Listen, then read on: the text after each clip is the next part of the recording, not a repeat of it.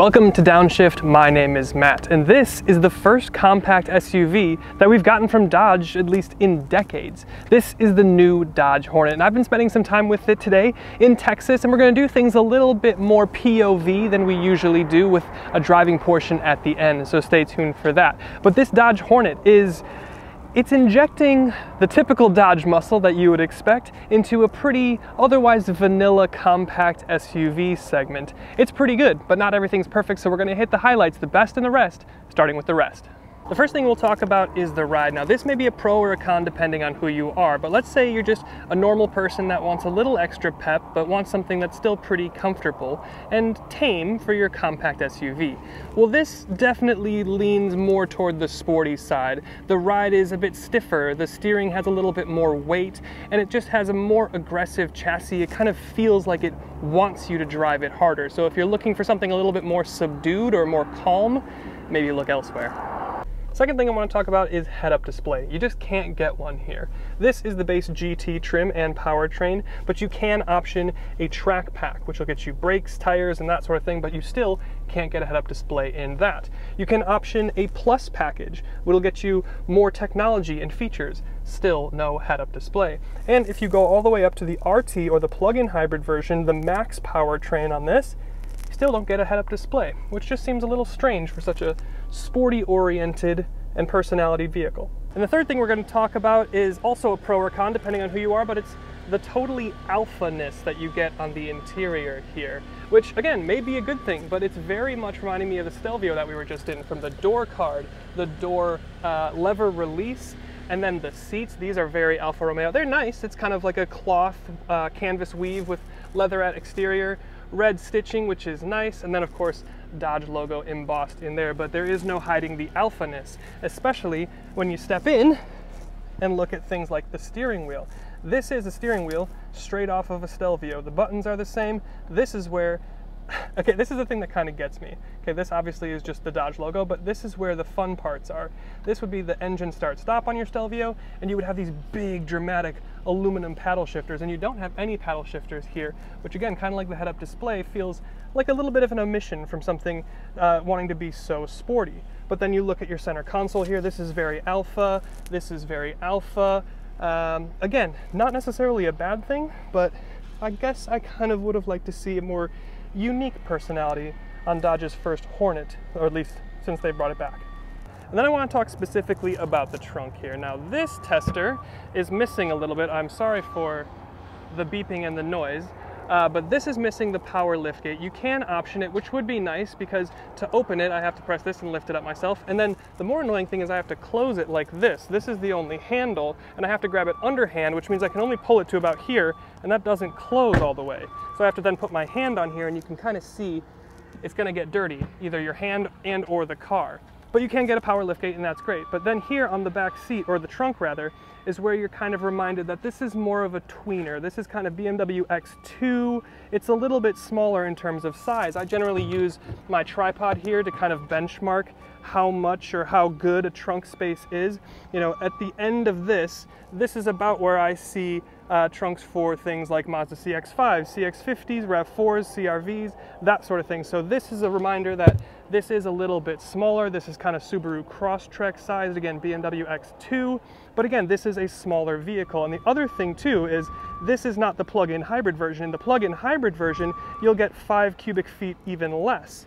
So keep that in mind if you're going to go up to the more advanced powertrain. You do have some underfloor storage though. The last thing I want to talk about is the rear seats. Now this is interesting that you get this kind of cutout in your door here. But then when you get in here, again, you're kind of reminded about the Stelvio-ness, the Alpha-ness, in the sense that it's a little bit smaller back here. But even still, for this segment of vehicle, for it being smaller than something like a RAV4 CR-V, I can still sit behind myself at 6'1". My knees do kind of rub on the seat in front of me if I slouch at all, but generally it's pretty good. The interior is made of black, and there is no sunroof, at least on this tester. But again, the materials kind of follow back here. You've got this leatherette with kind of a canvas or woven middle part of your seat, red stitching. You've got climate vents back here, USB-C and A, and dual map pockets. So you have nice stuff back here. It's just, if you're over 6'1", maybe, just maybe sit back here and try it out for yourself. But there's a lot of good things about this Dodge Hornet, so let's talk about that. And we do start under the hood in typical Dodge fashion. Now there's two powertrains that you can get here. This is the GT, which means it gets the base powertrain, or the 2-liter turbocharged 4-cylinder. It's a Hurricane series engine, and it does about 268 horsepower and 295 pound-feet of torque. And we'll show later in the driving scene, does 0 to 60 in under 6 seconds. So this is a properly quick engine. Alternatively, you can upgrade to the RT trim, which will get you the big power, or the plug-in hybrid version, which gets you the 1.3-liter turbocharged 4-cylinder with a 15.5 kilowatt battery pack, a front motor and a rear motor. It's all-wheel drive, and that'll get you about 288 horsepower and 383 pound-feet of torque. You've also got Powershot there, and 0 to 60 is a second less, about 5 seconds, which is pretty serious pace from a compact SUV, so that's pretty cool. And then also getting that fully electric range of about 30 miles. Hasn't been totally confirmed by the EPA yet, but it's about there. That's pretty impressive.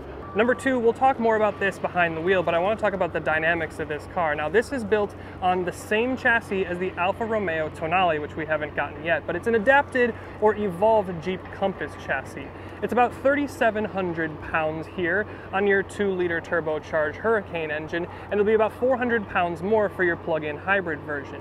You've got a 9-speed automatic here, or on the plug-in hybrid, you go for a 6-speed ASIN transmission. Should be pretty nice and snappy, and again, we'll talk about that a little bit more later. But then you get all-wheel drive as standard, and again, in the plug-in, it's gonna be that all-wheel drive. And then you've got an LSD in the back, you've got upgraded big Brembo brakes, and of course, on your track package, you get more aggressive tires. Oh, and of course, on your track package, you also get adaptive suspension. And then third, I want to talk about efficiency. Now, this again is the horsepower and torque leader, I believe, in this segment, maybe with a little asterisk with Mazda's CX-5 turbocharged engine. But even with all this power, you still get great efficiency. You get about 21 mpg city and 29 mpg on the highway, which is pretty good. And we don't have fuel economy or the final electric range figures for the plug-in hybrid version, but you are going to get around that 30 miles of fully electric range on the RT plug-in hybrid version of this, which is pretty good. And number four, it wouldn't be a Dodge video if we weren't talking about muscle, specifically with towing here. Now, whether you get the plug-in hybrid or this 2-liter turbocharged 4-cylinder, you're going to get about 2,000 pounds of max towing capacity, which is more than the 1,000 pounds that you get in the CR-V and more than the 1,750 that you get in the RAV4. And again, those could kind of be considered half a step above, at least in terms of size and segment, on this Hornet. So this is pretty serious muscle from the Brotherhood of Muscle. And next, I just want to talk about the looks, because I think this looks pretty cool. Again, this is an all black spec, but they have a nice gold, and there's a bunch of different colors that you can get. But it is riding on that same kind of adapted Compass chassis, and the same chassis that underpins the Alfa Romeo Tonale, which will be kind of the sister or cousin vehicle to this. But again, the entire front fascia is completely unique to this Hornet. You can see we've got more specific LED running lights. We've got a red Dodge logo on your front fascia here. We've got some air cutouts on your wheels. We've got nice radiator cutouts for that lower section for your radar cruise. And then on the hood, we have functional heat extractors here and there, which is very cool. And then again, from the side, I'll zoom in on this. This is your new Hornet badge, which will be on both sides of your front fender. We've got some trim-specific wheels and tires with a little bit of a scratchy, I believe it's scratchy. On the GT trim, it'll be scratchy. On the RT trim, it'll be body colored and gloss finished for your wheel arches. And then again, on the side, you can kind of see kind of the swooping Alfa influence here. And especially as we look at kind of the almost kind of tapered fastback or sloped roofline that you get in the rear. But overall, I think it looks like a nice and handsome vehicle. We look from the back 3/4 here, and then we've got a full width LED tail bar with the Dodge logo kind of illuminated right there. And then the triple black, or whatever they're gonna call it, Hornet and GT trim over there. Lower fascia area is a scratchy black plastic, but there are no exhaust cutouts, you'll see. On your upgraded RT trim with the plug-in hybrid version, you will get dual chrome, one there and one there. But overall, it's a pretty handsome car. And then I want to talk about the screens and the technology stack. Now you get a fully digital 12.3-inch instrument cluster. This is standard, which is super cool, really impressive. I love the look. The black levels are fantastic. It reminds me of Audi.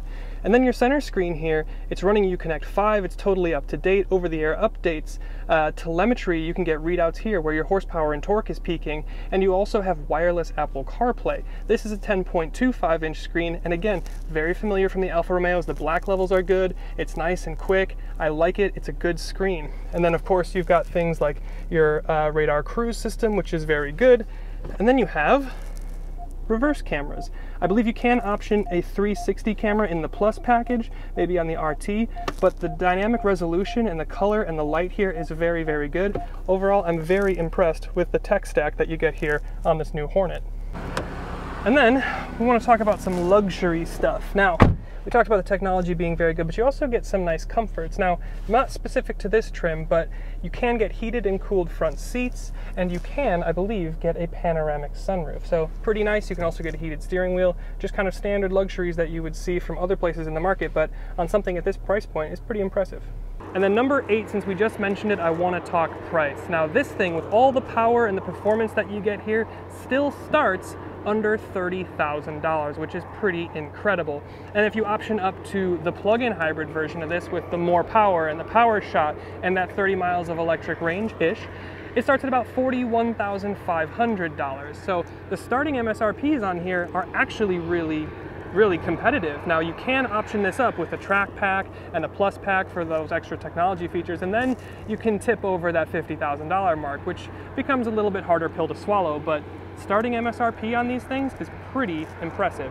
And number 9, and finally, is something that I can't show you on this GT-equipped vehicle, but on the upgraded RT plug-in hybrid, you get what's called Powershot, which is essentially an extra 30 horsepower boost for 15 seconds, kind of like a push-to-pass in IndyCar, maybe a DRS in Formula 1. But on your RT-equipped PHEV vehicles, this will say eDrive. You can cycle between hybrid or full electric or just gas or whatever. So you press that to get into your sport mode, which would be over here about where your start-stop button is. And then you pull both paddles, because you will get the paddles on the RT version, not the GT version. So you have to get the plug-in hybrid to get the paddles. You pull both of those, and then Powershot will engage, and it'll show you on your screen there. And then you're good for that extra 30 horsepower for 15 seconds. It will take another about 15 seconds for the system to cool and reset itself, but then you can use it again. Pretty cool, lots of power. You can tell that the focus was on performance with this Hornet. All right, behind the wheel of the new 2024 Dodge Hornet. We're in sport mode. We're gonna wait for this guy. We're gonna pin it. Takes a second. Oh, I feel wheel slip. Front wheels, we're going. It'll take itself into the red line. Look at that. Wow, I mean, this is proper quick.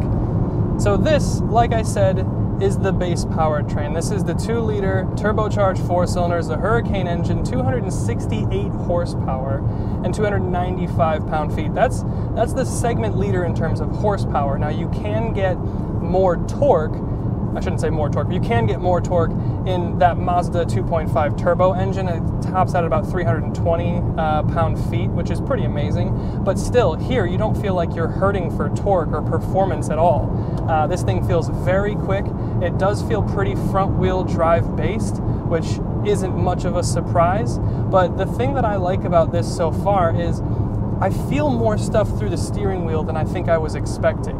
Now, this is, again, a pretty rough road, so it's going to be pretty loud, so we're not getting a true sense of how quiet the cabin is, but the steering wheel is a nice big diameter. I do think I would like the paddles, so I might push it in terms of money and finances to go up to the plug-in hybrid and get that RT with, you know, the fully electric range and more horsepower, more torque, and also to get the paddles to have a little bit more fun. This is a 9-speed transmission. You get that 6-speed ASIN in the RT.